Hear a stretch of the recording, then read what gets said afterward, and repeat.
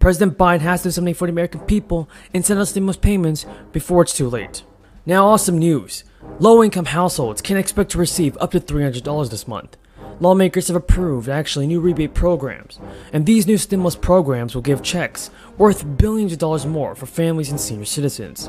Now, Delaware lawmakers approved a rebate program that will provide assistance in every state and every resident a one-time direct check, a one-time direct payment, everybody, of $300 or more to help with the cover the rising cost of gas, groceries, and other essentials. The first round of stimulus checks have already gone out to those who filed income tax returns. But everybody, on this channel, I always do my very best in providing you guys with the most up-to-date and reliable stimulus check information.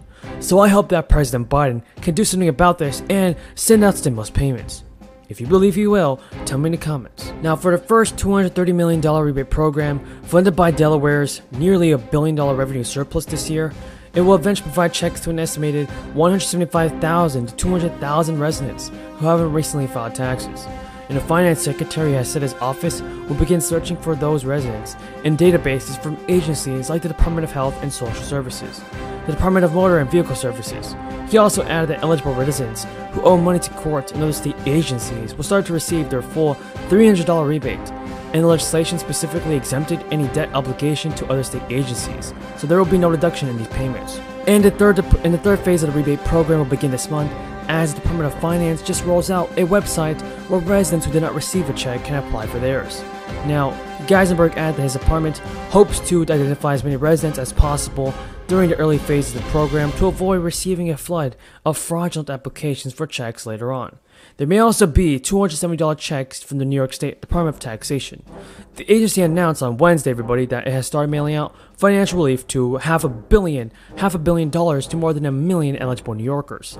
And state officials have also said that we're delivering these relief checks to hardworking New Yorkers who have been feeling the pinch of inflation. The average payment is about $270 for each recipient, which will help address the rising costs associated with the crisis and inflation. And the checks are being automatically mailed to people who receive the Empire State Child Credit and or the Earned Income Credit on their 2021 state tax return.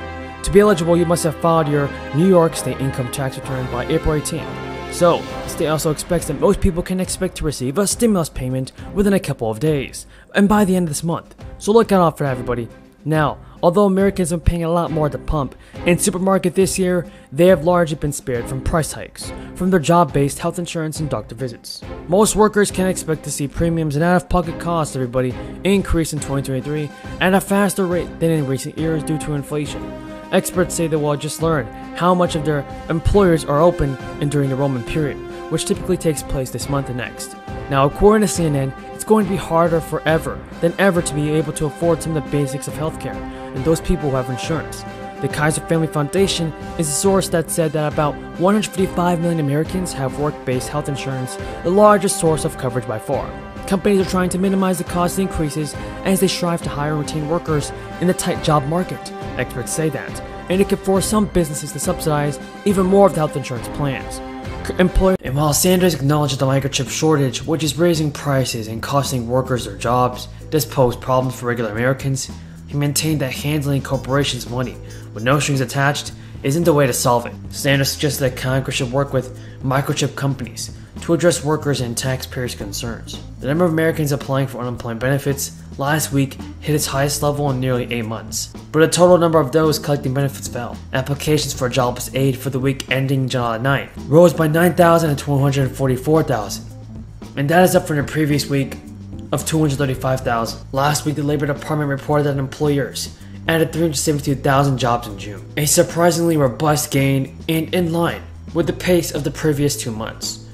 Economists had expected job growth to slow sharply last month, given the broader signs of economic weakness. The unemployment rate remained 3.6% for a fourth straight month, matching a near 50-year low that was reached before the crisis struck in early 2020.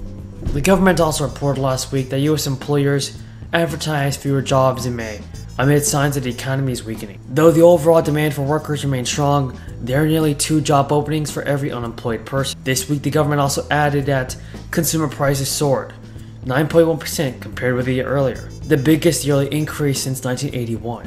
From May to June, prices rose 1.3%, Another huge increase after prices have surged 1% from April to May. All of those figures reflect the unusual nature of the post-crisis economy. Inflation is hammering household budgets, forcing consumers to pull back on spending, and growth is weakening, heightening fears the economy could fall into recession.